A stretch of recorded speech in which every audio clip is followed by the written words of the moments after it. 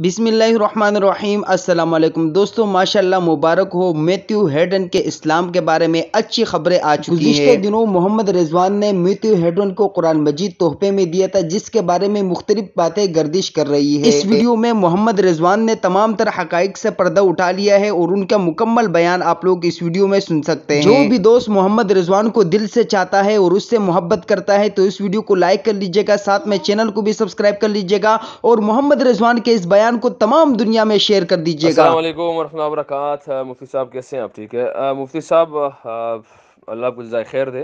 पहली बात तो ये मुफ्ती साहब कि जो कुरान शरीफ हमने मैथ्यू हेडन को जो हदिया किया था, वो ये कुरान शरीफ नहीं था जो ये कादियानी वाले हजरातों ने सामने जो शो किया है। जितना मुझे इस चीज़ का इल्म नहीं है पर्सनली कि ये इन लोगों ने ये अपना जो ये पता नहीं ये पेज किसने बनाया, ये पोस्ट किसने भी किया है, तो ये मुझे इस चीज़ का इल्म नहीं है कि ये कुरान शरीफ किस लोगों ने शो किया। मगर ये कुरान शरीफ जो मैंने हदिया किया था मैथ्यू हेडन को, ये वाला नहीं है।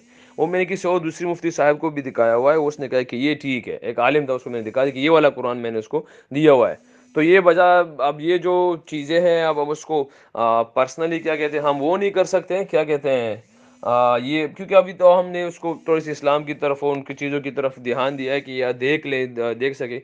अगर अभी से वो कादियानी शिया सुन्नी इन चीज़ों में पड़ जाए तो आपको पता है, हाँ ये चीज़ें हमारी इस्लाम हमें तो अपने हजरात से ही पता है कि तुम मुश्किल है, हम उनको बिल्कुल करीब भी नहीं, अकीदे के लिहाज से जाते किसी के करीब। हाँ मगर ये है कि कादियानियों का ये कुरान जो है ना, इन लोगों ने जिसने शो करा है, ये नहीं है। और मुफ्ती साहब बस आपके लिए आपको मैंने कह दिया है, आप कहीं पे भी क्योंकि मैं मोहम्मद रिजवान सामने आपको कह रहा हूँ क्योंकि मैंने खुद दिया हुआ है, तो इसलिए आप आगे जो है ना फॉरवर्ड कर सकते हैं।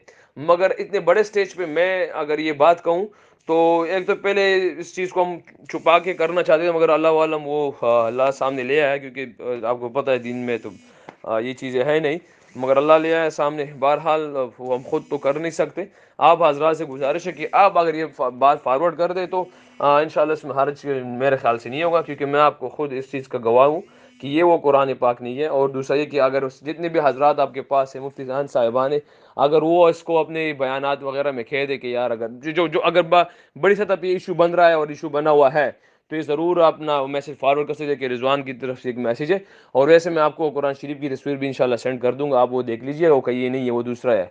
और आप लोग अपने बयानात वगैरह में किसी और जो भी बात होगी, जिस तरह आपके दोस्त ने दुबई से आपको मैसेज किया हुआ है कि ये एक मसला है, तो उस लिहाज से आप ये लोग ये मेरी तरफ से एक मैसेज आप अपने बयानात वगैरह में जो है ना आप मैसेज फॉरवर्ड कर सकते हैं।